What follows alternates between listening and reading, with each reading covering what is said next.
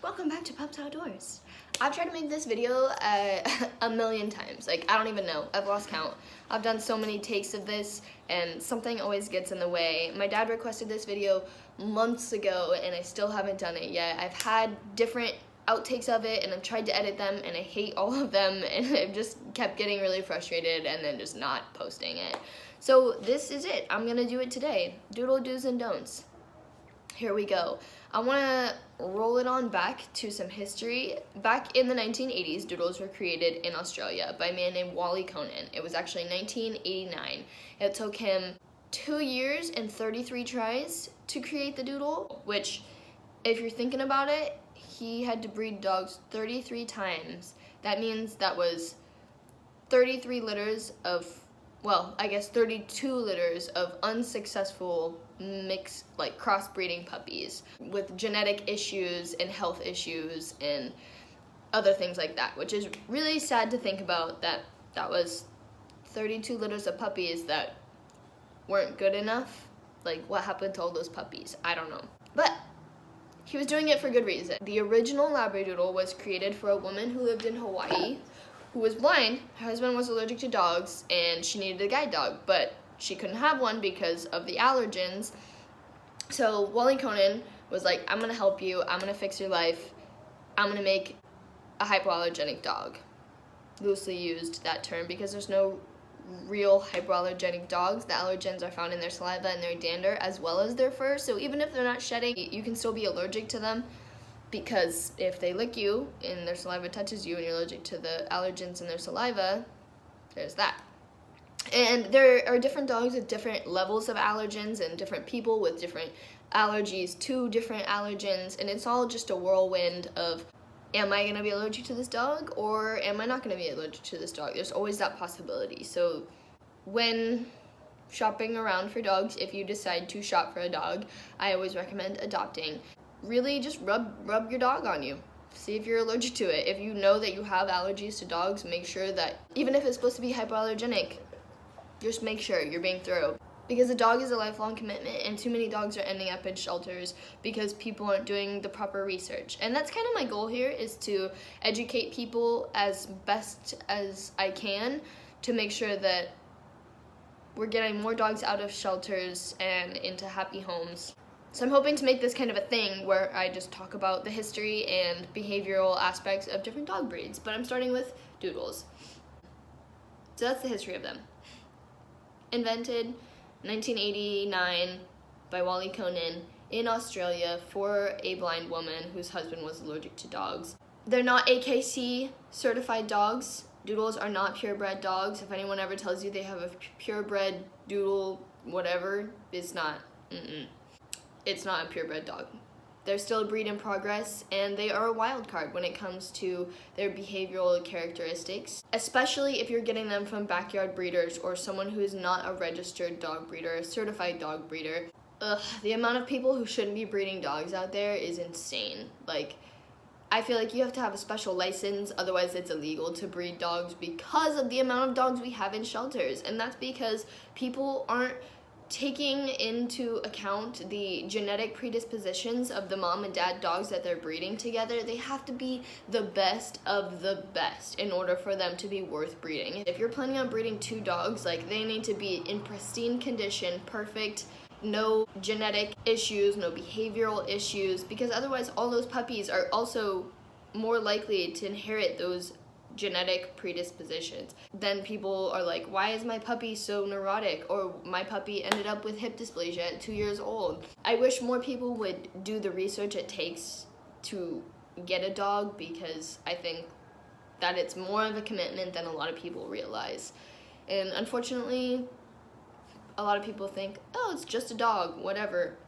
But it's a life. You're adopting a living thing, and you need to be knowledgeable and committed to taking care of that living thing.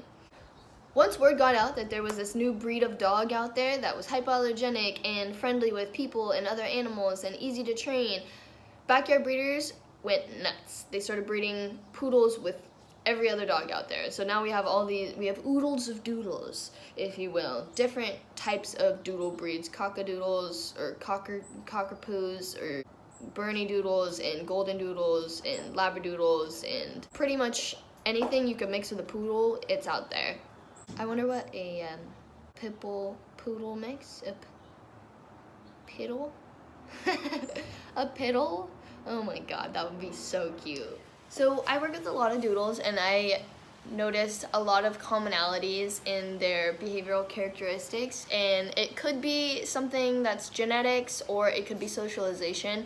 Without doing scientific experiments from birth to death on all different breeds of doodles, there's no way of really knowing. But a list of some of the things that I notice on a regular basis from all different doodle breeds: separation anxiety, anxiety in general, jumping, excessive barking, fixation on other dogs and toys, shyness or discomfort around new people. There's a lot of dogs that have these characteristics, so it's not just specific to doodles. And you can train these kinds of things out of dogs. I have issues with Anita fixating on things all the time. She fixates on toys, specifically tennis balls. She fixates on other dogs. And so in order to correct these behaviors, we do a lot of like rewards-based play. So when we have tennis balls, she has to be supervised, and we do a lot of like, okay, you sit, you stay, you wait, and then you get the tennis ball. And she loves doing that kind of stuff. And I've noticed in just a week that it's making a huge difference on her fixating. And when we're working on regular training, our 15-minute treat sessions, I do a lot of like, look at me, making sure you're focused on me, or we work on leave it. So she's really getting the hang of leave it, which is a big thing. And in the case of dogs who fixate, that's the best way to do it.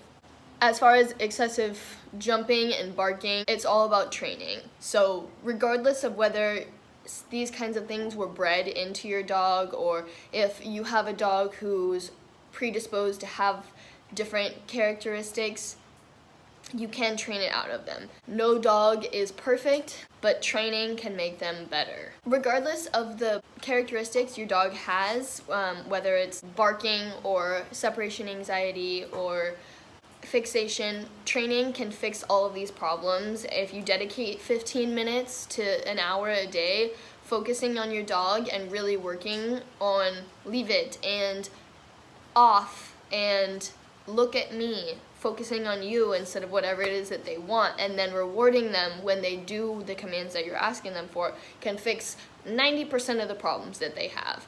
And crate training is super important, and giving them lots of positive reinforcement is also really important. So regardless of what breed of dog you have and how well it was bred, training is going to be the most important part of owning a dog and having a well-behaved dog. I'm not going to be doing any more training videos for a little while. I might do some like me and Anita having fun and me working on training with her, but I'm not going to really teach you guys how to do any training because we started our manners class and I'm quickly learning that I don't know jack shit about training dogs. I can do it, but I can't explain it articulately. I can't do a lot of things articulately because I lose my train of thought really quickly, as you guys can also tell. So yeah, I'm not going to be doing a lot of training videos. It's going to be me and Anita just kind of having a good time, me and Daisy having a good time. Some fun videos, some progress videos. You'll probably learn a lot more about me and not necessarily my dogs, but we're working on it. It's a process. I'm hoping to do a couple more of these breed-specific videos just because I'm really interested in dog breeds and the facts and history of different dog breeds. I was just randomly doing research on American Pit Bulls and Staffordshire Bull Terriers because I honestly just want to know the difference between American Staffordshire Bull Terrier and just a classic Staffordshire Bull Terrier. So I'm going to do a video on that and I'll explain all that fun stuff another time, and the characteristics of Pit Bulls and Bull Terriers. But it'll all be good. So you guys will be seeing from me hopefully more often. I'm not always going to be out on hikes just because I've been working 7 days a week for the past month and I don't always have time. I miss being outside a lot, but it also gets dark really quickly, so just the time of day and everything just makes it difficult. Plus it's been raining all week for the most part. Unless I'm at work, then it's not raining. What are you going to do? So thanks for watching. Keep in touch down below, like, subscribe, like and subscribe.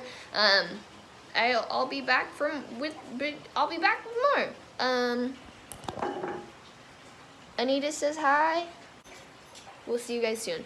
Bye.